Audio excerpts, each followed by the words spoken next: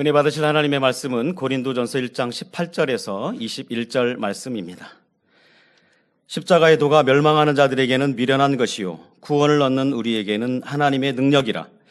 기록된 바 내가 지혜 있는 자들의 지혜를 멸하고 총명한 자들의 총명을 폐하리라 하였으니 지혜 있는 자가 어디 있느뇨 선비가 어디 있느뇨 이 세대의 변사가 어디 있느뇨 하나님께서 이 세상의 지혜를 미련케 하신 것이 아니뇨 하나님의 지혜에 있어서는 이 세상이 자기 지혜로 하나님을 알지 못하는 거로 하나님께서 전도에 미련한 것으로 믿는 자들을 구원하시기를 기뻐하셨도다.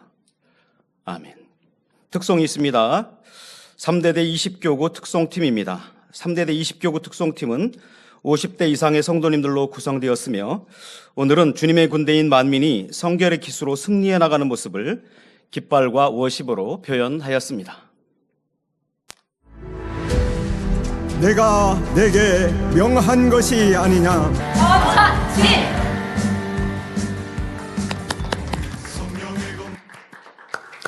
사랑하는 당회자님께서 고린도전서 강의 5번째 하나님의 능력과 지혜, 제하의 귀한 말씀 증거해 주시겠습니다. 특성으로 영광 돌려주신 우리 일꾼들께 감사드립니다. 사랑하는 성도 여러분, 지난 시간에는 고린도 교회 안에서 일어난 분쟁의 원인은 바로 진리에서 떠나 사람을 따르고 팔을 나누며 결국 예수 그리스도의 십자가를 중심에 두지 않았기 때문임을 말씀드렸습니다. 여러분, 사람을 따르는 거 이거 굉장히 주의하셔야 합니다. 우리가 삶을 살다 보면 나랑 맞는 사람도 있고요. 나랑 또 나에게 도움을 주는 사람도 있습니다. 어떤 물질의 도움을 떠나서도 저 사람을 통해서는 내가 무언가를 배우는 사람, 나에게 또 나의 발전을 위해 권면해주고 그로 인하여 도움을 주는 이러한 사람도 있는가 하면 어떤 사람 만나면 남 흉보니까 나도 같이 흉보고 그래서 집에 오면 별로 기분 안 좋은데 이런 사람도 있고 어떤 사람을 만나면 자기 자랑을 막 그렇게 늘어놔서 또 집에 오면 괜히 기분 상하는 이런 만남도 있습니다. 그러니 우리가 세상 안에서도 또 직장이나 여러분들 삶에서도 나에게 도움이 되는 사람들을 만나야 하는 것이죠. 그렇다고 그 도움이 막 육적인 개상을 하라는 것이 아니라 손해보고 또 여러분들에게 해를 끼치고 아니면 내 감정을 상하게 하는 사람 또 내가 만나면 자꾸 누군가를 험담하고 이런 사람을 만나면 손해가 되죠. 이런 것들은 우리가 육으로도 생각하게 됩니다.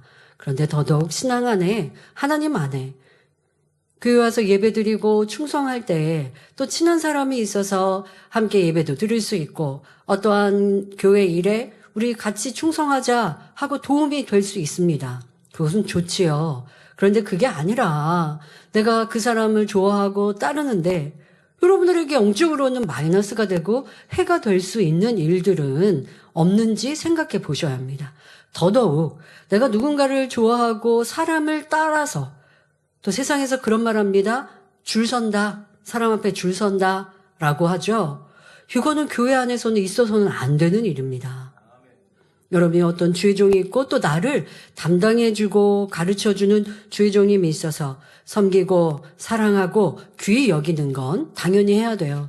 여러분 누구든 다 소속이 있으시죠. 그래서 교구에 또 나를 이끌어주는 교구자님도 있고 대교구자님, 대대교구자님이 계시고 또 교회 안에도 나에 직접 관여하지는 않지만 말씀으로 이렇게 가르치는 주의종님들이 있습니다. 가장 친한 주의종이라 하면 여러분들의 교구장, 또 지도교사 이런 주의종님과 가장 친밀해야 하죠. 내게 어려움이 있으면 기도도 요청하고 필요한 상담이 있으면 상담할 수 있고 이렇게 친밀해야 합니다. 근데 내게 나를 관리해주고 나를 위해 기도해주시는 주의종은 내가 무시하고 나는 다른 분하고 성격이 맞는 것 같아. 이것도 바람직하지 않죠. 그런데 근데 교회 안에서 말씀의 은혜를 받으면 여러분들이 좋아할 수 있어요. 저 주의종 이렇게 만민라디오 하시는데 나 참 은혜 받아. 그거 좋아하는 거야. 얼마나 보기에도 좋고 문제 없습니다. 그런데 여러분들이 내 교구장은 함께 신방하자 하거나 어떤 모임이 있을 때는 별로야 이렇게 해놓고 나랑 상관없는 모임에는 다른 주의종님이 할 때 모임에는 가서 무슨 말씀 하시나 듣는다면 이게 영적인 사모함일까요? 내가 줄을 서고 있거나 나누고 있는 것은 아닌가도 살피셔야 합니다. 말씀은 이 단에서 나오는 말씀으로 충분하고, 그러나 또 여러분들 안에서 삶의 하나하나 권면해주고 상담해주시는 주의 종님은 해당 교구장, 지도교사 있으시죠? 또 대교구장님, 대대교구장님 있으시죠? 필요에 따라 기도를 요청하시고 상담하시고 하면 되고, 교회 안에서 어떻게 조금 그룹을 짓듯이 하는 일들은 절대 용납될 수 없습니다. 그것은 나누는 것이 되는 거죠. 분리하는 것. 하나님은 분리하는 것, 나누는 것 분명히 싫다 하시고 그것은 죄라 하시고 자칫 사단의 회가 될 수 있습니다. 그러니 여러분들 교회 안에서의 모임은요, 교회에서 인정한 모임들은 기관 모임, 선교회 모임, 연합회 모임, 교구 모임, 이러한 거는 다 교회에서 인정돼 있어요. 또 뭐 선교회에서 봉사하거나 충성하는데 그분들이 모임 안에서 뭐 연습을 하고 따로 식사한다, 이런 모임이야 가능하죠. 근데 그렇지 않고 여러분들이 내가 어떤 모임을 만들었는데 그 모임이 교회에 허락되지 않거나 또 그냥 여러분들의 개인적인 모임을 자꾸 해서 하나님의 또 다른 일들, 하나님이 원래 내가 해야 될 전도와 교구 안의 활동과 이런 것들이 무시되게 한다면 이것도 나누는 일이 될 수 있습니다. 이런 것들 잘 살피셔야 되고, 우리는 사람을 따르는 것이 아니라 주님을 따르고 진리 안에 기준하여 신앙생활을 한다는 것을 꼭 기억하시길 바랍니다. 또한 우리가 그리스도 안에서 같은 말을 하고 같은 마음과 같은 뜻으로 온전히 하나 되기 위해서는 반드시 하나님의 말씀인 진리로 무장되어야 한다고 했지요. 하지만 오늘날도 여러 교회 안에서 여전히 자기 생각과 감정, 사람의 지혜를 앞세워 분쟁을 일으키는 일들이 있습니다. 이런 사람들에게는 로마서 2장 8절에 오직 당을 지어 진리를 쫓지 아니하고 불의를 쫓는 자에게는 노와 분으로 하시리라 말씀하십니다. 당을 지으면 안 되는 것입니다. 예를 들어 연합회에 연합회장이 있고 부회장이 있고 총무서기 회계가 있어요. 근데 연합회장의 뜻과 연합부회장의 생각이 달라요. 그랬더니 연합부회장이 이제 예를 들어 총무서기 회계와 함께 우리 회장님이 뭐 말씀하시는 건 좀 아닌 것 같지 않아? 하고 회장님은 제해놓고 이들만 같이 대화하고 또 뭐 우리가 발전을 위해서 뭘 해보자. 그건 회장님을 무시하는 거죠. 이거는 당이 되는 거예요. 이래서는 안 되죠. 근데 이유가 있겠죠. 회장님이 별로 우리 얘기를 안 들어주셨어요. 그런다고 나누고 가르면 세상에서도 이러한 것은 아니 되는 것이죠. 그래서 나는 혹여 이러한 모습은 있지 않은지, 우리의 모임 안에 이렇게 분리하거나 나누는 것은 있지 않은지도 생각해 보아야 합니다.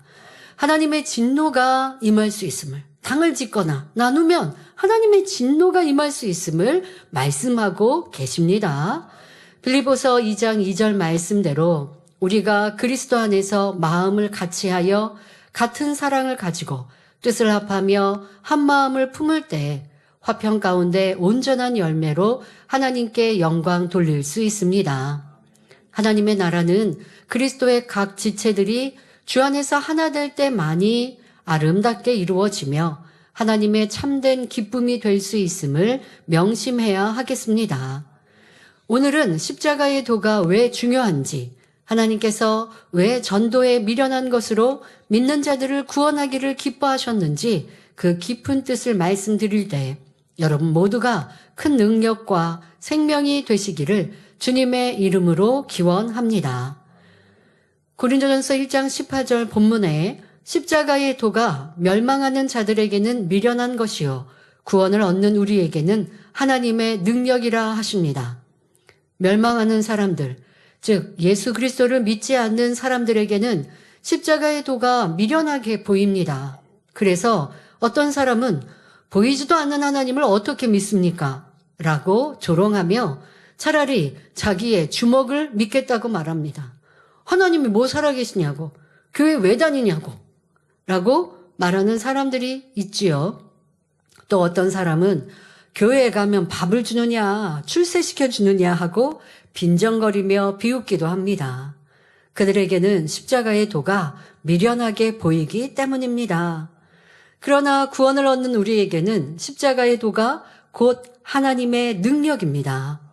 왜냐하면 십자가의 도는 십자가에 못 박힌 예수 그리스도를 통하여 믿음으로 구원에 이르는 길이기 때문입니다. 예수 그리스도를 영접하고 그 이름을 믿는 자마다 하나님의 자녀가 되는 권세가 주어지고 영생을 얻게 됩니다. 이는 인간의 지식이나 경험으로는 도무지 이해할 수 없고 상상할 수도 없을 만큼 위대한 하나님의 능력이지요. 요한복음 11장 25절 26절을 보면 예수님께서 나는 부활이요 생명이니 나를 믿는 자는 죽어도 살겠고 무릇 살아서 나를 믿는 자는 영원히 죽지 아니하리니 이것을 내가 믿느냐 말씀하셨습니다. 이 말씀대로 예수 그리스도를 영접한 하나님의 자녀들은 영원히 죽지 않습니다. 이 땅에서 호흡이 멎으면 비록 육은 썩어 없어지지만 사람의 몸은 썩어 없어지지만 영혼은 천국 대기장소에 거하다가 때가 되면 온전한 영혼육을 입고 천국에서 영원히 사는 것입니다. 그래서 성경에서는 믿음의 사람들이 세상을 떠나면 죽었다 하지 않고 잔다라고 표현합니다. 예를 들어 사도행전 7장 59절 60절을 보면 스데반이 순교하는 장면이 나옵니다. 저희가 돌로 스데반을 치니 스데반이 부르짖어 가로되 주 예수여 내 영혼을 받으시옵소서 하고 무릎을 꿇고 크게 불러 가로되 주여 이 죄를 저들에게 돌리지 마옵소서 이 말을 하고 잔이라 기록되어 있지요. 주님을 영접하고 죽은 사람은 예수님께서 죽은 지 3일 만에 부활하신 것처럼 다시 살아날 것이기 때문에 잔다라고 표현하는 것입니다. 이렇게 사망에서 영생으로 죽음에서 부활로 나오는 것은 사람의 머리로는 이해하거나 상상할 수 없는 일이며 오직 창조주 하나님의 능력입니다. 그러니까 이런 것을 세상 사람들에게 전해보세요. 믿음이 없는 가족 일가친천에게 전해보세요. 야, 너 좀 교회 뭐라고 말하느냐? 일명 죄송합니다. 너 교회에 미쳤구나. 이렇게 얘기한다고요. 뭔가 잘못된 것에 지금 흠뻑 빠져서 분별 못한다라고 얘기하죠. 하지만 우리는 주님께 미친 것은 참으로 복된 일입니다. 주님께 내가 올인하여 영원한 천국에 이른다는 것, 이 세상의 부명의 지식 권세 무엇으로도 해줄 수 없는 오직 주님으로만, 아버지 하나님으로만 얻는 영생의 길입니다. 그런데 여러분, 우리는 그 믿음이 있으니까 이렇게 믿는 것, 또 소망을 가지는 것 쉬운데요. 믿음이 없는 분들한테는 이게 쉽지 않아요. 그걸 여러분들이 이해하셔야 돼요. 그러니까 믿으니까 믿지 않는 사람 보면 왜 안 믿지? 하고 답답해요.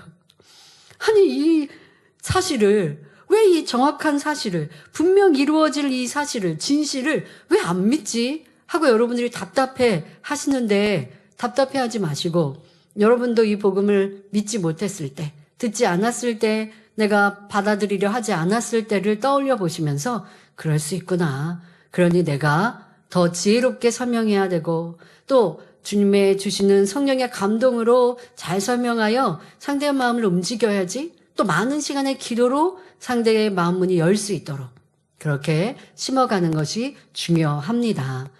요한복음 8장 44절을 보면 예수님께서는 예수님을 대적하던 유대인들에게 너희는 너희 아비 마귀에게서 났으니 너희 아비의 욕심을 너희도 행하고자 하느니라 말씀하셨습니다.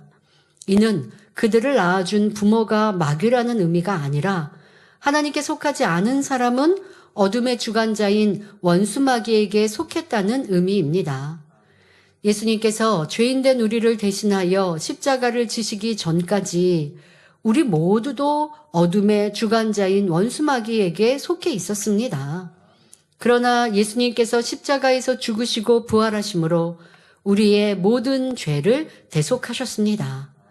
이 사실을 믿고 예수 그리스도를 구세주로 영접할 때 우리는 비로소 원수 마귀의 손을 떠나 하나님의 자녀가 되는 권세를 얻게 됩니다.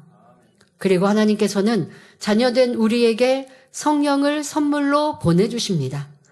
성령이 우리 마음 안에서 영을 낳음으로 우리는 하나님의 영으로 인도받는 자녀가 되어 하나님을 아바 아버지라 부르며 천국의 주인인 하나님으로부터 천국을 기업으로 물려받지요. 이처럼 십자가의 도로 말미암아 하나님께서 우리 아버지가 되셨습니다.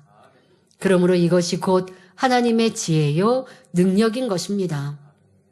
믿음이 주어진다는 것, 성령을 받아 이러한 영의 세계가, 내세가 하나님이 주님이 믿어진다는 건 새로 태어난 거예요. 이렇게 성령으로 다시 태어나는 거듭남이 없어서는요, 아무리 지식적으로 이 말씀을 듣고 또 이 제단 같은 경우는 매주 하나님의 권능의 역사들을 간증합니다. 그런데 이게 안 믿어지면 정말 답답한 노릇일 것 같아요. 아니, 이 사람들이 뭐 사실이라고 얘기하는데, 정말 치료받았다고 얘기하는데, 근데 이게 안 믿어지는 거예요. 근데 의심할 수도 없잖아요. 이 병원 자료라든가 증거들을 가지고 얘기합니다.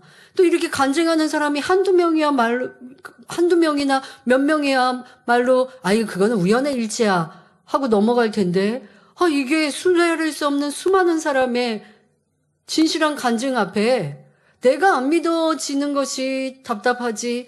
참, 이거 어떻게 해야 될까요? 그런데 가족에 의해서 억지로 교회를 나오는 우리 학생들이나 아니면 또 배우자라면 참 안타깝죠. 그러니 먼저 믿음을 가진 우리 성도님들이 더 많이 기도하시고요. 더 그리스도의 한계를 바라셔서 그 마음을, 생각을 주관하고 있는 사단, 믿음 갖지 못하게 자꾸 사로잡고 있는 이러한 어둠의 역사들을 물리칠 수 있도록 해 주셔야지요. 매거진에도 세교우들이 정착한 간증을 스스로의 그 고백으로 해 주시지요. 꿈에 나를 위해 많이 기도하고 있다고 뭔가 알려주셨는데 확인해 봤더니 나를 위해 일꾼들이 많이 기도하고 있었노라고 하는데 그 힘은요, 굉장한 큰 위력을 가집니다. 이 사랑의 기도, 그런 기도로 여러분들의 가족들이 다시 구원에 이르고 믿음의 뿌리 내리도록, 그런데 조급한 마음 벗어야 되고요. 중요한 건 답답해하는 마음, 상대의 영혼에 대해, 자녀에 대해, 배우자에 대해 답답해하는 이런 마음들이 없어야, 그리고 기도해야 그 기도가 차곡차곡 쌓입니다. 근데 이게 불편하고 답답하니까 기도할 때 간절히 했다가 또 눈에 띄면, 아니, 하나님 계신데 왜 교회 안 가는 거야?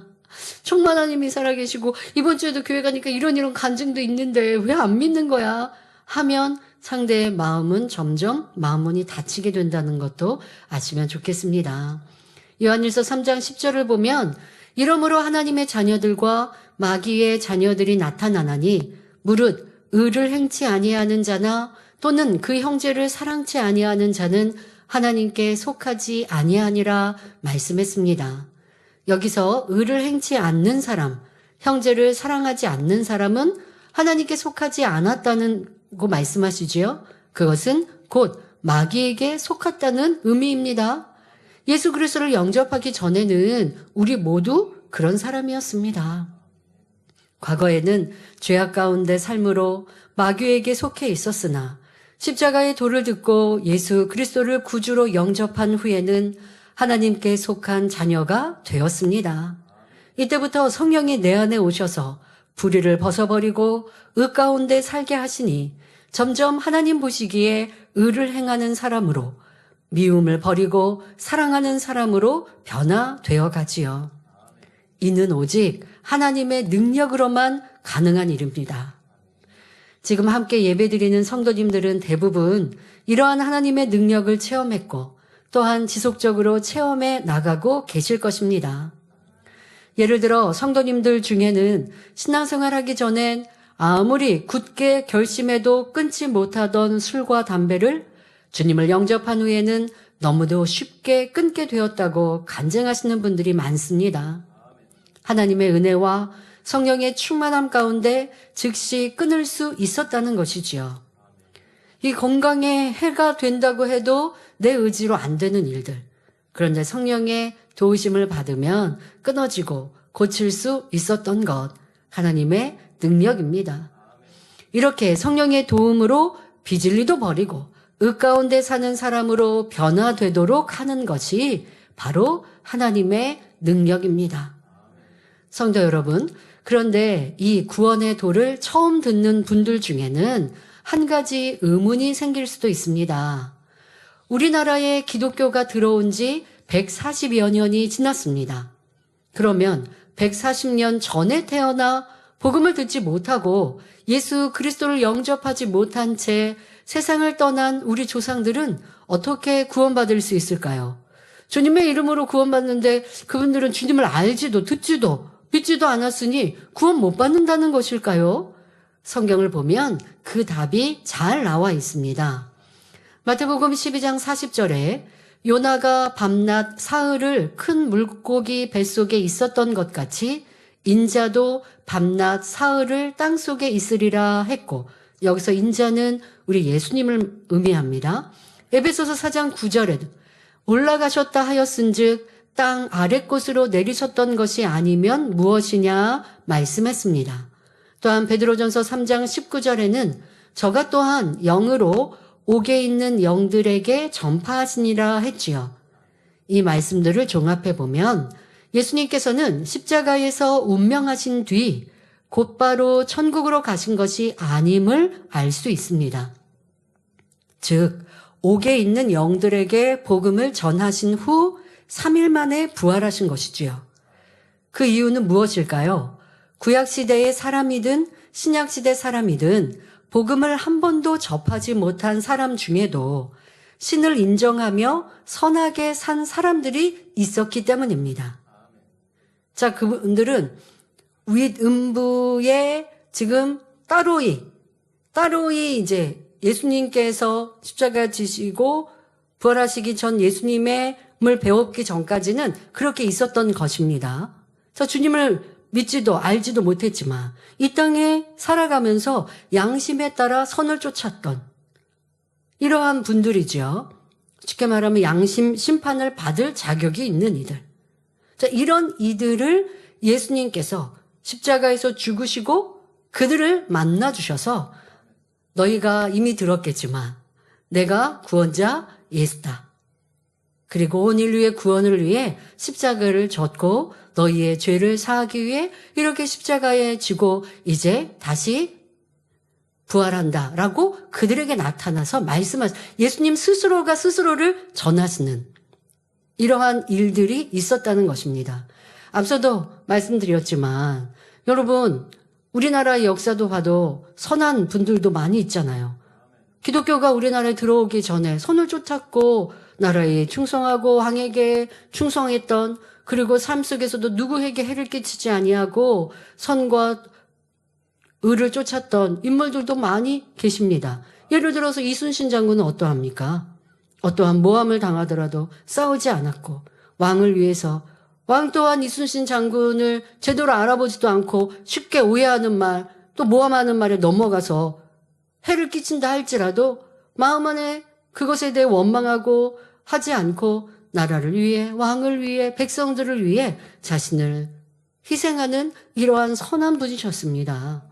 그런 분들이 주님을 알지 못했다고 그냥 지옥에 간다면 하나님은 선하시다 사랑이시다 말할 수가 있겠습니까? 그러니 이렇게 주님의 탄생 전 주님을 듣지 못하고 알지 못했던 이들도 그들의 양심을 따라 선하게 살았던 이들은 양심 심판을 받을 수 있도록 허락해 놓으시고 예수님께서는 그들을 만나 주신 것이지요.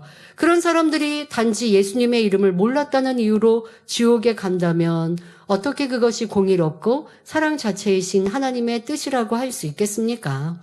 하나님께서는 독생자 예수 그리스도를 이 땅에 보내시고 참혹한 십자가의 고난을 감당케 하심으로 온 인류를 구원할 수 있는 길을 열어주셨습니다. 단지 예수님께서 십자가를 지신 이후 복음을 들은 일부 사람들만을 구원하기 위하여 이 땅에 인간 경작을 하셨을 리는 없지요. 복음을 듣지 못하였으나 양심을 쫓아 선하게 살던 사람들은 양심 심판으로 구원 여부가 결정됩니다. 양심 심판에 의해 구원받을 수 있는 사람이 모여 있는 곳을 윗음부라고 하며, 반대로 구원받을 수 없는 악한 사람들이 모여 있는 곳을 아랫음부라고 합니다. 예수님께서는 이렇게 복음을 모르더라도 선한 양심으로 살아간 영혼이 모인 옥, 감옥 할 때의 옥이죠. 그러나 감옥처럼 윗음부를 두신 것이 아닙니다. 그런데 그것을 구분하기 위해 옥이라고 성경은 말씀하고 계시고요. 즉 윗음부에 내려가 복음을 전파하신 것입니다. 이는 사도행전 4장 12절에서 말씀하신 대로 하나님께서 오직 예수 그리스도 이름 외에 천하 인간에게 구원받을 만한 다른 이름을 우리에게 주신 적이 없기 때문입니다. 그러므로 예수님께서는 친히 자신을 전하러 윗음부에 간 것이며, 그리하여 윗음부에 머물던 그들도 예수님을 구세주로 영접하여 구원에 이를 수 있게 된 것이지요. 이처럼 예수님께서 구세주로 오시기 이전에 중심에서 신을 인정하고 의롭게 산 사람들도 오직 길이요 진리요 생명 되시는 예수 그리스도의 이름으로 구원받는 사실을 알아야 하겠습니다. 이어지는 본문을 보면 고린도전서 1장 19절에 기록된 바 내가 지혜 있는 자들의 지혜를 멸하고 총명한 자들의 총명을 폐하리라 하였으니 말씀합니다. 여기서 기록된 바라는 표현은 바로 구약 성경에 기록된 말씀을 인용한 것임을 나타냅니다.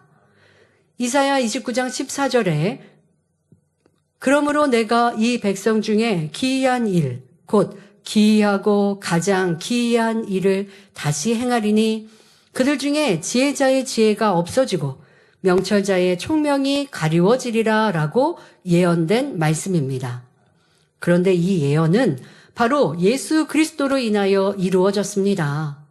마태복음 11장 25절 26절을 보면 예수님께서 천지의 주제이신 아버지여 이것을 지혜롭고 슬기 있는 자들에게는 숨기시고 어린아이들에게는 나타내심을 감사하나이다. 옳소이다.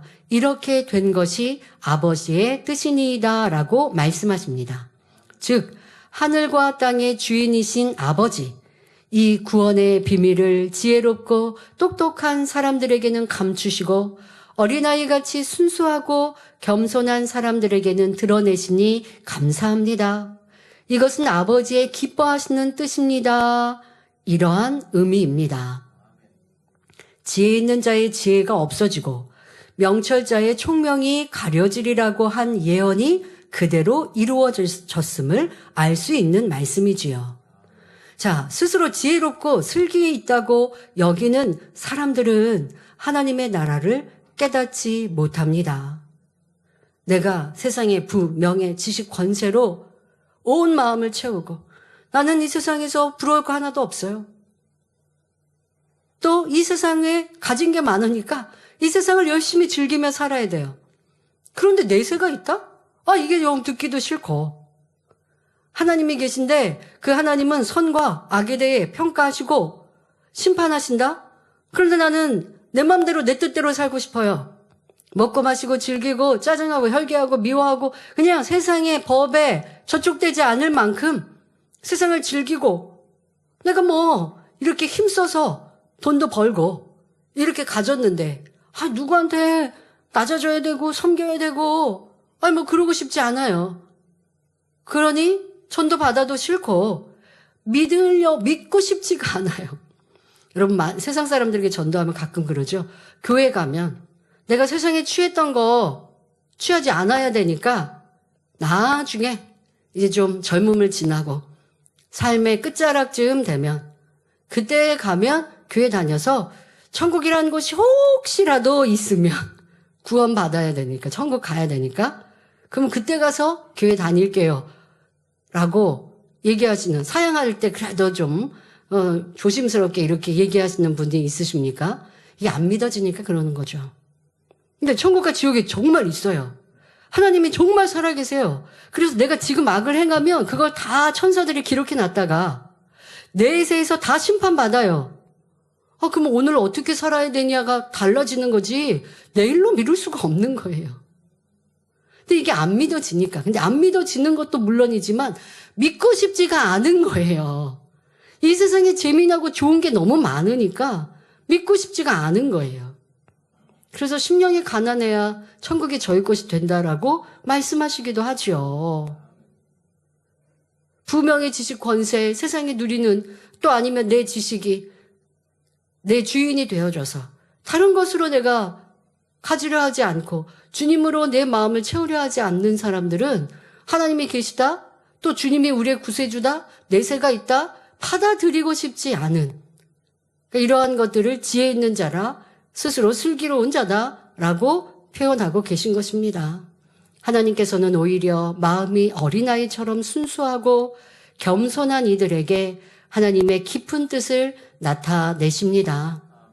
그러므로 예수님께서는 마태복음 18장 3절에 진실로 너희에게 이르노니 너희가 돌이켜 어린아이들과 같이 되지 아니하면 결단코 천국에 들어가지 못하리라 말씀하셨지요. 어린아이와 같이 겸손한 사람은 마음문을 열고 예수 그리스도를 믿고 구원받으니 이런 사람들이 진정 지혜로운 사람인 것입니다. 그러나 스스로 지혜롭다고 생각하는 사람들은 자기의 지혜와 총명을 믿고 예수 그리스도를 영접하지 않으니 그 지혜와 총명은 헛되며 도리어 미련한 것이 되고 맙니다. 실제로 스스로 하나님 말씀을 잘 알고 지혜가 있으며 총명하다고 생각하던 율법사나 서기관이 눈앞에 나타난 메시아를 알아보지 못하고 십자가에 못 박고 말았습니다. 결국 멸망의 길로 간 그들에게 과연 지혜와 총명이 있다고 말할 수 있겠습니까? 구약 성경은 달달달 외우고 율법은 달달달 외우고 가르칩니다. 삶에 조금이라도 율법, 하나님이 주신 율법에서 또 사람들이 장로의 유전을 만든 유대인들, 장로의 유전으로 뭘 하나하나 다 만들었어요. 그래서 그것을 조금 더 어기지 않아요. 그러니 스스로는 율법을 지킨다? 나는 하나님을 어느 누구보다 사랑한다? 자부했어요. 구약 성경도 달달달 외울 정도로 무장한다 했어요. 읽는다 했어요. 잘한다 했어요. 그런데 구약 성경 안에는 구세주 대신 구세주의 출현에 대해서 나오죠. 그들도 그것을 잘 알고 있습니다. 율법자들도 공부하여 잘 알고 있습니다. 그리고 메시아가 오시기를 기다리고 있습니다. 그런데 실제로 구세주 대신 메시아가 오셨는데도 알아보지 못합니다. 왜요? 교만함으로. 또 자기의 자아로, 내가 높아지고 인정받고자 하는 마음으로 가득하니, 그 악으로 가득하니, 시기 질투로 가득하니 예수님을 인정하지 않는 거예요. 그럼 예수님을 어떻게 인정할 수 있었을까요? 예수님이 행하신 일, 사람으로 도무지 할 수 없는 놀라운 기사와 표적, 그 일을 행하시잖아요. 행하시면 가서 무슨 말씀하셨나 들어보면 예수님의 말씀이 틀린 것이 무엇이 있습니까? 오직 진리이시죠. 근데 사람의 생각과 다른 부분은 좀 놀라워할 만한 건 예수님께서 하나님의 아들이라 가끔 표현하실 때, 그런데 이 일은, 나타내는 일은 하나님만이 하실 수 있는 일이니 무시하지 않아야죠. 겸손하였다면 무시할 수 없는 거예요. 그런데 마음이 교만하니, 아니 나도 많이 율법을 아는데 하고 예수님의 행하신 일들에 대해서도 업신여기죠. 여러분, 이 권능은 하나님께 속하였습니다. 하나님이 나타내신 일이에요. 그런데 이 권능을 무시하고 업신여깁니까? 이러한 세상이죠. 요즘 세상이 그러하지 않습니까? 이 재단에 하나님의 권능이 나타났어도 여러분들이 내가 만난 하나님을 간증해도 안 믿어지니까 뭐라 그래요? 거짓말이다. 사기친다라고 말해요. 참 이것은 어둠의 역사 중에도 참 깊이 있게 하고 있는 일들이지요. 쉽게 전도할 수 있는 것도 권능의 역사인데, 그러니까 이 권능의 역사가 거짓말이라고 무시해버리면 누가 그런 권능이 나타난다는 교회에 들여다보려 하겠습니까?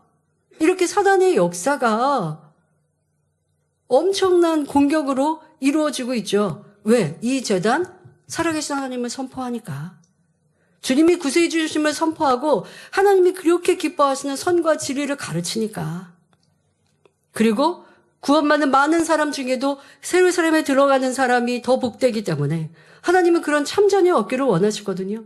근데 이 제단은 그런 진리를 가르치니까 이 제단을 어찌하든 죽이려 하는 원수마귀 사단의 쾌계에 넘어가면 되겠습니까? 하나님이 살아계신 증거가 우리와 함께 하시는데, 그런데 세상은 그냥 한두 마디의 말로 거짓말이다, 사기다 합니다. 너무너무 무서운 세상이 돼버렸어요. 그런데 또 그런 말을 사람들은 분별 없이 그냥 받아들이죠. 이것이 이제 미디어의 영향입니다. 이러한 때 여러분들은 정신을 차리고 깨어있되 여러분들의 믿음 신앙을 지키는 것뿐 아니라 이제 죽어가는 많은 영혼들, 우리의 마음이 불붙는 듯해서 어떻게 해야 할까? 어떻게 주님의 구세주이심을 전할까? 그런데 세상에 많은 사람이 내가 지혜롭고 내가 가졌고 더 세상에 많은 것들로 가지고자 노력하니 힘쓰니 이러한 참 진리를 들을 이게 마음에 이 구멍이 없어요. 자리가 없어요. 그런다 할지라도 주님의 십자가 보혈이 헛되지 않도록 우리는 힘써 전해야 합니다. 오늘날도 세상에는 스스로 지혜롭다 자처하며 총명하다고 여기는 사람들이 많습니다. 자신의 학문이나 현대의학과 과학, 그리고 인간 문명이 이룩한 문화가 최상의 것이라 여기며 마치 모든 것을 이해하고 통제할 수 있는 것처럼 말하지요.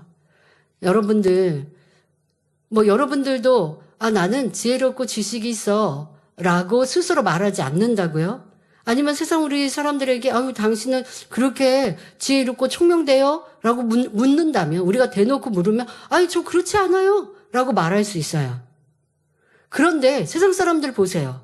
얼마나 많은 평가를 합니까? 내가 확인하지도 않고 내가 정확히 알지도 않으면서 그건 틀렸어, 그건 잘못됐어. 이게 얼마나 큰 교만함입니까?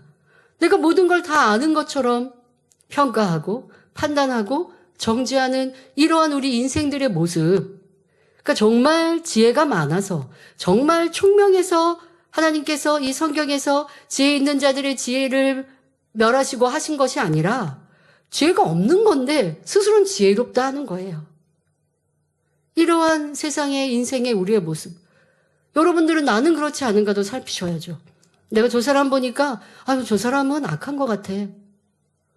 내가 얼마나 교만하여 평가하고 있는가 생각해 보아야 합니다.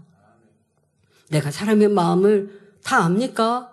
그렇지 않으면서도 그러면 나는 그만큼 진리를 많이 알았으니까 진리를 많이 안다고 누가 평가하라 하였습니까?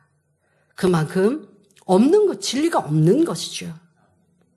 이렇게 우리도 보고 이 세상에 정말 지혜와 총명이 있어서 지혜롭다는 것이 아니라 지혜와 총명이 없는데 지혜롭다 생각하는 이 세상, 더더욱 마지막 때 살아가는 우리 인생들의 모습임을 우리는 안타까이 여기고 더 선과 사랑으로 세상의 빛이 되어야 합니다. 우리 하나님 편에서나 믿는 사람들 편에서 볼 때 이러한 것들은 참된 지혜일 수 없습니다. 왜냐하면 이 땅의 지식과 명예도, 권력이나 재물도, 심지어 건강조차도 결국은 사라질 유한한 것들이기 때문입니다.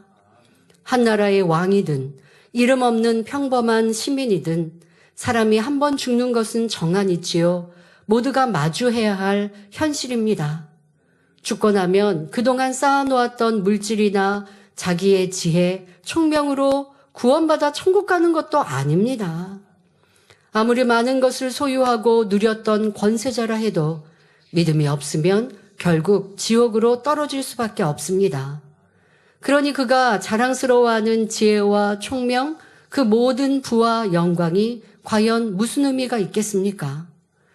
그러므로 하나님께서 지혜 있는 자들의 지혜와 총명한 자들의 총명을 폐하리라, 즉 쓸모없게 하신다고 말씀하는 것입니다. 결국에는 썩을 것이요 아무 가치가 없기 때문에 하나님 보실 때 미련하기, 짝이 없다는 의미이지요. 그러면 우리가 살아오면서 배운 온갖 지식과 지혜를 모두 버리라는 말씀입니까? 아니면 우리 학생들은 이제 공부하는 거, 지식 쌓는 거 중요하게 여기지 않고 그냥 등한시하라는 말씀일까요? 그렇지 않습니다. 이는 그런 의미가 아니라 우리가 먼저는 하나님을 아는 지식과 예수 그리스도를 영접하는 지혜가 있어야 한다는 의미이지요. 우리가 예수 그리스도 안에서 명예와 권세, 부, 지식과 지혜를 갖는 것은 결코 헛되지 않습니다. 자신의 물질과 명예, 지식과 지혜를 잘 활용하여 하나님께 영광 돌리고 이로 인해 하나님 나라가 확장된다면 하늘나라의 영원한 상급으로 쌓이게 되지요. 그러나 믿음이 없는 사람들은 자기를 지으신 창조주 하나님을 알지 못한 채 자신의 지식과 지혜가 최고라 여기면서 이 땅의 쾌락과 헛된 영광을 추구하다가 멸망의 길로 가니 하나님께서 보실 때는 심히 어리석고 미련한 것입니다. 그러므로 전도서를 보면 이 땅 위의 모든 것이 헛되다고 말씀하시며 오직 하나님을 경외하고 그 명령을 지키는 것, 바로 이것이 사람의 본분이며 헛되지 않은 삶임을 말씀하십니다. 이어지는 본문을 보면 사도 바울은 다음과 같이 질문합니다. 고린도전서 1장 20절에 지혜 있는 자가 어디 있느뇨? 선비가 어디 있느뇨? 이 세대에 변사가 어디 있느뇨? 하나님께서 이 세상의 지혜를 미련케 하신 것이 아니뇨 하셨습니다. 여기서 선비란 학자나 지식층을 가리키며 변사란 말솜씨가 뛰어난 논객이나 변론가를 의미합니다. 아무리 학문이 깊고 능란한 논리와 언변을 가졌다 해도 그것이 구원의 문제를 해결해 주지는 못합니다. 오히려 그 지식과 논리가 하나님을 멀리하게 만드는 요인이 된다면 그것은 차라리 없는 이만 못하지요. 그러니 이는 인간의 지식과 지혜가 하나님 앞에서는 얼마나 어리석은 것인지를 깨우쳐 주시는 말씀입니다. 잠언 1장 7절을 보면 여호와를 경외하는 것이 지식의 근본이거늘 미련한 자는 지혜와 훈계를 멸시하느니라 말씀했고 잠언 9장 10절에는 여호와를 경외하는 것이 지혜의 근본이요 거룩하신 자를 아는 것이 명철이니라 말씀했습니다. 즉 하나님을 경외하는 것이 참된 지식과 지혜의 근본이 된다는 말씀입니다.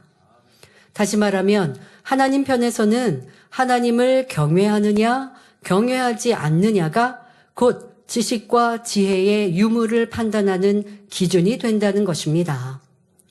세상에서는 고등교육을 받았거나 학문적으로 인정받은 이들을 지혜롭고 지식 있는 사람이라 평가하지만 하나님께서는 비록 배우지 못한 사람이라 해도 하나님을 경외하는 사람을 향해 오, 내가 지식이 있구나, 지혜롭구나 라고 칭찬하십니다. 이처럼 세상 사람들의 평가와 하나님의 평가는 전혀 다릅니다. 그런데 여러분 하나님 앞에 이 진리 안에서 하나님을 아는 지혜와 지식을 가진 사람은 육적으로도 지혜로워져요.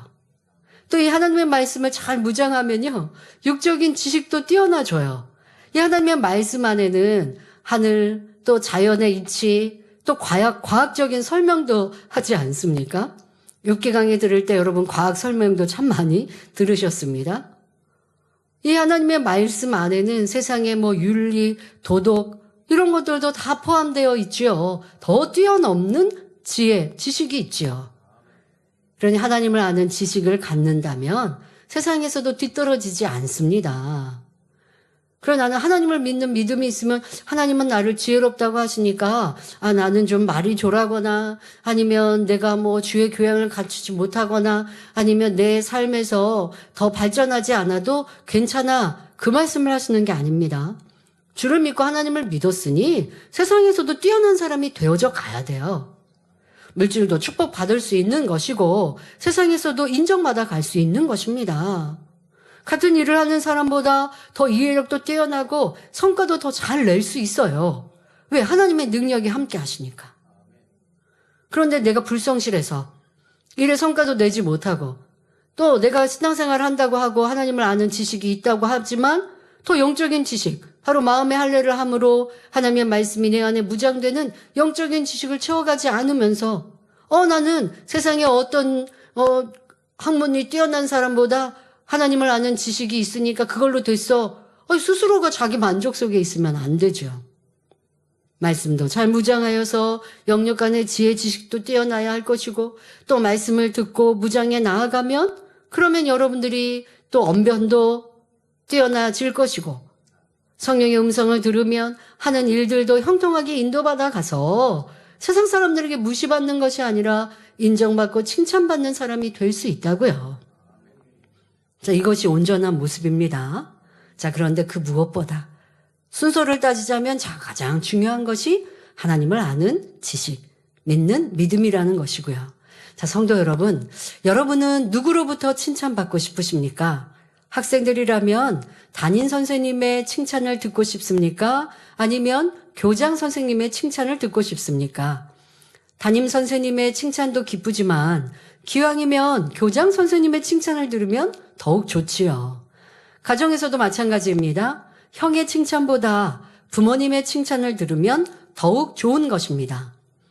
그렇다면 하나님의 자녀된 우리는 마땅히 하늘 아버지의 칭찬을 사모해야 하지 않겠습니까? 그러므로 스스로 지혜롭고 총명하다고 자부하는 분들은 그 지식과 지혜가 과연 하늘로부터 왔는지 세상 주관자들로부터 온 것인지 살펴보시기 바랍니다. 아무리 뛰어난 과학자요 훌륭한 예술가라 한들 하나님을 경외하지 않는다면 그것이 무슨 유익이 되겠습니까? 우리가 아무리 학문을 많이 쌓고 세상에서 성공을 이루었다 해도 감히 창조주 하나님 앞에 나는 많이 배웠습니다. 나는 지혜롭습니다. 하고 자랑할 수는 없습니다. 오직 하나님께서 위로부터 주시는 지혜와 지식만이 참 생명을 줄 수 있음을 알아야 합니다. 하나님께서는 본문을 통해 바로 이 점을 강조하고 계십니다. 오직 하나님을 경외하는 이 진리의 말씀만이 모든 판단 기준이 되어야 합니다. 그러나 미련한 사람들은 이러한 참 지혜와 훈계를 멸시하며 하나님 말씀을 받아들이지 않습니다. 그러므로 하나님께서는 멸망의 길로 가고 있는 그들에게 다음과 같이 질문하십니다. 자, 이 말씀은 꼭 주님을 하나님을 믿지 않는 세상 사람에게만이 아님을 나에게 하신 말씀은 아닐까도 생각해 보아야 합니다. 나도 주님을 믿어 신앙생활을 한다고 하지만 혹여 내 마음이 세상에도 있고 하나님께도 있고 세상과 양다리 걸치고 있는 미지근한 신앙생활이라면 오늘의 이 말씀, 하나님께서 내게 하시는 질문은 아닌가? 라고 느껴보시길 바랍니다. 내가 무엇을 가장 중요하게 여기고 무엇을 추구하며 살고 있는가? 라고 하는 것 다시 한번 생각해 보십시오. 세상에서 인정받고 뛰어나고 그래서 많이 벌고 또 성과를 내었습니다. 그런데 신앙 안에서는 내보일 게 없어요. 라고 한다면 천국 갔을 때 후회할 수밖에 없는 것이요. 나는 무엇이 가장 소중하게 마음 안에 두고 이 세상 삶을 살고 있는지 생각해 보시며 하나님의 질문이 꼭 세상 사람뿐 아니라 나에게 하실 때 나는 무엇라 답할 수 있는가 한번 답을 해보시길 바랍니다. 너희 인생들아, 너희의 지식과 총명이 어디에 있느냐? 똑똑한 선비가 세상에 어디 있고 뛰어난 변사가 어디 있느냐? 아무리 세상 지식과 지혜로 총명하다고 뽐내도 그것으로는 구원받을 수 없고 하나님의 능력을 체험하지도 못한다. 그러니 하나님께서 이 세상의 지혜를 미련하게 하신 것이 아니냐 물으십니다. 아무리 지식과 지혜가 많아도 하나님을 경외하지 않으면 구원받을 수 없으니 아무 소용이 없고 아무리 말을 잘한다 해도 그 말에 생명이 없으면 무익할 뿐입니다. 그러므로 참된 선비는 곧 진리 말씀을 깨닫고 양식 삼는 사람들이요. 참된 변사는 하나님 말씀으로 무장하고 생명으로 이끄는 사람임을 알아야 하겠습니다. 세상에선 참 좋은 말 또 좋은 상담의 내용들로 프로그램을 만들기도 하지요. 가정 안에 부부 안에 어떤 불편한 일들, 삶에서의 힘들고 지친 일들을 상담해주고 또 대화로 그 길을 인도해 줍니다. 자, 여러분들의 나아가는 바에 답답함이 무엇이고 내 앞에 막힌 무언가를 어떻게 해결할 수 있을지 막막하십니까? 하나님 말씀 안에, 성령의 주관 안에 답이 있는데 여기에서 해결을 하지 못하면 세상 여기저기에서 찾는다 한들 온전한 해결을 받을 수 없어서 참으로 공고할 수밖에 없습니다. 여러분들은 하나님을 믿는 지혜로운 사람, 이 참된 지혜를 선택하시는 것 복되십니다. 그러나 여기에서 멈추지 말고 더 하나님을 간절히 알고 만나기를 사모하는 더 지혜롭고 총명한 이들로 살아가시길 바랍니다. 이어지는 본문을 보면 고린도전서 1장 21절에 하나님의 지혜에 있어서는 이 세상이 자기 지혜로 하나님을 알지 못하는 고로 하나님께서 전도에 미련한 것으로 믿는 자들을 구원하시기를 기뻐하셨도다 말씀하십니다. 세상 사람들이 아무리 스스로 지혜롭다 여겨도 그 지혜로는 결코 하나님을 알 수 없지요. 그러니 하나님께서는 그 세상 사람들의 눈에 어리석게 보이는 전도를 통해 믿는 사람들을 구원에 이르게 하신다는, 그 전도를 통해서 세상 사람들을 이제 믿음으로, 구원으로 이끌게 하신다는 말씀입니다. 여러분들이 처음 전도를 하다 보면 또 세상에 내 삶에 부족함이 없는 사람들에게 전도하다 보면 도리어 여러분을 답답해 한단 말이에요. 뭐 그런 걸 믿냐고. 교회 가서 치료받았다라고, 그러니까 하나님이 살아계신다고.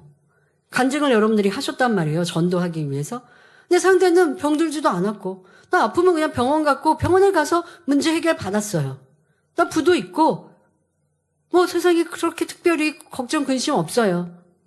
세상에 취하고 먹고 마시며 또 낙을 갖고 즐거움을 가지고 살고 있어요. 그런 이들에게 하나님의 권능으로 전하면서 천국 지옥이 있고 하나님이 살아계시고 주님이 구세주시고 얘기하면요, 좀 이상하게 보죠. 뭐 그런 거 믿냐고. 종교는 그냥 마음의 평안을 갖기 위해서 좀 힘들고 어려울 때 좀 의지하는 그 정도로만 믿으면 되지 너무 깊이 빠지면 안 된다고. 좀 미련하게. 여러분들을 보는 사람들을 만난 적이 있으십니까? 세상이 그렇게 전도할 때에 전도를 미련하게, 또 전도를 받는 내용들을 좀 어리석게 여기기도 합니다.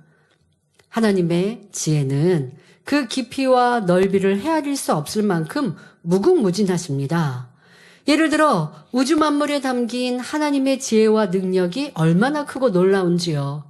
매일 아침 떠오르는 해, 질서 정연하게 운행하는 수많은 별들, 꽃이 피고 바람이 불며 비가 내리고 계절이 바뀌는 자연의 섭리는 그 자체로 창조주 하나님의 살아계심을 증거합니다.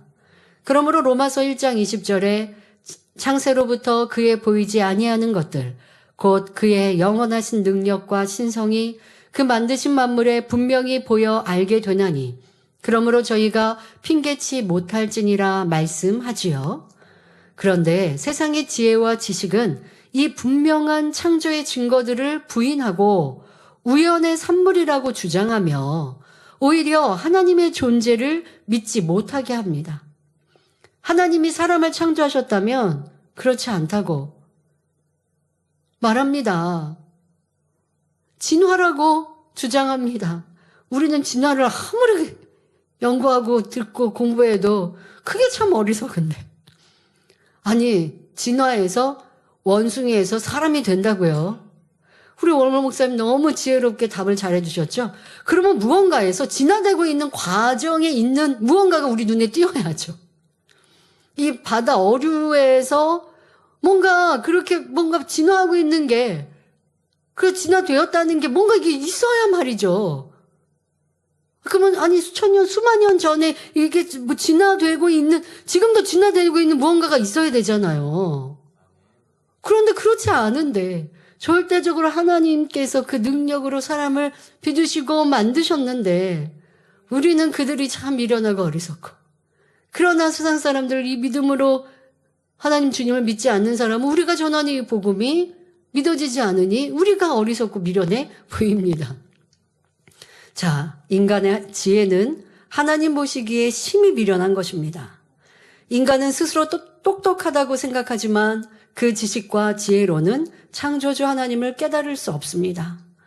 그러므로 하나님께서는 말씀을 전하는 단순한 방법, 곧 전도를 통해 믿음을 주시고 구원하기를 기뻐하신 것입니다. 이 전도하는 것을 세상 사람들은 미련하게 보잖아요. 근데 하나님은 또 그렇게 그것을 통해, 근데 처음에 전도받았을 때는 뭐 그런 거 믿냐고. 교회에서 치료해 받았다라는 많은 간증들 얘기하면 뭐 그런 거 믿냐고. 그러는데 당사자가 얘기해요. 나도 치료받았는데요? 그럼 뭐 믿지 않는 상대방도 뭐라고 말할 수는 없지만 그거 무슨 종교의 힘이라고 하는 뭐 그런 걸로 그렇게 치료받은 거 아니냐고 또 막 이렇게 말을 바꾸려고 하겠죠. 그렇게 믿어지지 않는 하나님의 역사. 아무리 세상에 뛰어난 지혜로도 하나님을 믿을 수 없습니다. 그런데 하나님께서는 참 이게 이게 아주 작고 별거 아닌 것 같은 이 전도라는 것으로 또 한 번, 두 번 두드리면 상대의 마음문이 빼꼼히 열리는 이러한 성령의 역사를 일으켜 주십니다. 요한복음 20장 29절을 보면 예수님께서는 도마에게 너는 나를 본 거로 믿느냐? 보지 않고 믿는 자들은 복되도다 라고 말씀하셨습니다. 하나님을 눈으로 직접 보지 못했어도 전도를 통해 복음을 듣고 하나님의 살아계심을 믿는 그 믿음 자체가 참으로 복되지요. 교만한 사람들은 스스로 지혜롭다 여기지만 하나님께서는 자기 지식을 내려놓고 어린아이같이 겸손하고 순수한 마음으로 복음을 받아들이는 사람을 찾으십니다. 어린아이는 단순하고 순수합니다. 그래서 옳고 그름을 따지기보다는 부모와 어른들, 선생님이 가르쳐주는 것을 그대로 믿고 받아들이지요. 마찬가지로 사람들이 전도를 받을 때 자신의 지식이나 지혜를 동원하지 않으며 마음의 문을 순수하게 열고 하나님은 살아계십니다 라고 믿으면 하나님께서는 이 믿음 자체를 기뻐하시며 구원의 은혜를 베풀어 주십니다. 우리가 한 것 없는데 마음은 조금 열고 정말 하나님이 계신가? 라고 들으려고 하고 받아들이려 할 때 그걸 사랑스러이 여기시고 우리 안에 성령을 보내주실 때 이게 의심되고 안 믿어졌던 게 믿어지는 이러한 역사를 이루어 주시죠. 그러므로 우리가 참된 구원을 얻기 위해서는 세상의 지혜나 지식을 동원하는 것이 아니라 어린아이처럼 순수하고 겸손한 마음으로 하나님을 믿어야 함을 명심해야 하겠습니다. 이 시간 함께 예배하고 있는 대부분의 성도님들은 마음을 여셔서 하나님을 주님을 영접하신 지혜로운 분들이십니다. 하지만 거기에서 멈추지 마시고 더 하나님을 알아가는 더 하나님의 깊은 그 마음속에 들어가기를 사모하신다면 지혜가 지식에 지식이 더하여 앞서 말씀드린 대로 세상에서도 앞서고 뛰어난 사람, 영혼이 잘된 같이 범사가 잘되고 강건한 여러분이 되십니다.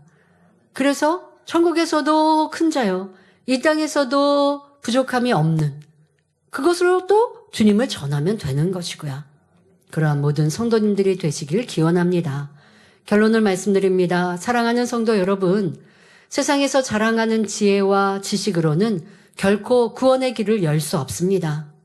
오히려 그것이 하나님을 알지 못하게 하고 사람을 교만하게 하며 결국 스스로 파멸의 길로 인도하게 됩니다.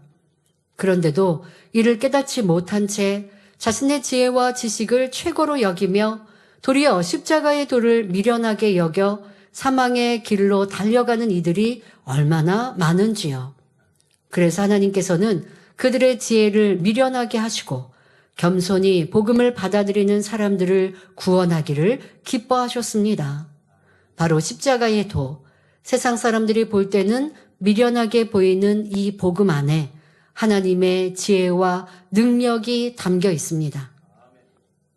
무엇보다 원수마귀 사단은 구세주로 오시는 이 땅에 구세주로 오실 이를 죽이면 구세주가 존재하지 않고 그를 죽이면 원수마귀 사단 어둠이 이 인생들을 사로잡는 것을 영원히 그들의 권세가 영원해질 것으로 생각하여 구세주로 오실 이를 찾았고 예수님을 죽였어요. 그런데 여기에 숨겨진 구원의 법칙이 담겨 있었고 하나님은 그것을 감추어 놓으셨으니 이 얼마나 위대하신 하나님의 지혜이십니까? 그로 인해 우리를 구원하신 분, 바로 하나님은 지혜의 지혜, 또 그 모든 것 속에 뛰어나신 분, 지혜의 근본이신 분. 그러니 우리가 그분을 믿고 따라가면 우리도 지혜로운 사람이 될 수 있지요. 그리고 이 복음은 오늘도 전하는 자들의 입술을 통해 많은 영혼을 구원의 길로 인도하고 있습니다. 로마서 10장 14절 15절에 그런즉 저희가 믿지 아니하는 일을 어찌 부르리요 듣지도 못한 일을 어찌 믿으리요 전파하는 자가 없이 어찌 들으리요 보내심을 받지 아니하였으면 어찌 전파하리요 기록된 바 아름답도다 좋은 소식을 전하는 자들의 발이여 함과 같으니라 말씀한 대로 복음을 전하는 여러분의 발걸음을 주님께서는 참으로 아름답게 여기십니다. 그러므로 때를 얻든지 못 얻든지 전도에 힘써 수많은 영혼을 구원의 길로 인도하는 아름답고 복된 성도님들이 되시기를 주님의 이름으로 축원합니다. 오늘 이 설교 후에는 우수상 시상식이 있지요. 이 우수상을 수상하는 분들은 대부분 영혼 구원에 힘써 열매 내신 분들 중에 몇몇 분들을 추려 시상하게 됩니다. 참 하나님이 기뻐하시는 일들이고 또 이러한 상이 지금 본 교회에서 시상하는 내용은 좀 축하금도 그렇고 시상금도 크지 않아요. 그러나 하늘나라에는 크게 하나님께서 상으로 주십니다. 이러한 것들을 사모하며 달려가는 이들이 참으로 지혜롭고 복 있는 분들이지요. 세상에 내가 먹고 갖고 누리고 쌓는 것보다 하늘의 영원한 천국의 영원한 상급, 그것을 바라며 살아가시니 참으로 지혜로운 여러분들이십니다. 모두가 그러한 복을 누리시길 바랍니다. 말씀 상고하며 함께 기도하겠습니다. 좋으신 아버지 하나님, 무엇이 참된 지혜요 지식인가 총명함인가 우리 모두가 더 깊이 깨달아서 그 길로 나아가게 하여 주옵소서. 세상에 더 지식을 쌓고 나를 드러내고 더 갖고 누린다 하여 그것이 복된 것이 아니라 참된 복은 하나님을 주님을 믿고 또한 그 안에서 더 뜨거운 사랑으로 주님을 사랑하는 것임을 깨우쳐서 우리가 주님을 믿고 하나님을 만났어도 더 하나님을 뜨겁게 사랑하는 복된 이들, 지혜로운 이들로 날마다 변화되게 하여 주옵소서. 감사드리며 우리 주 예수 그리스도의 이름으로 기도하옵나이다. 아멘.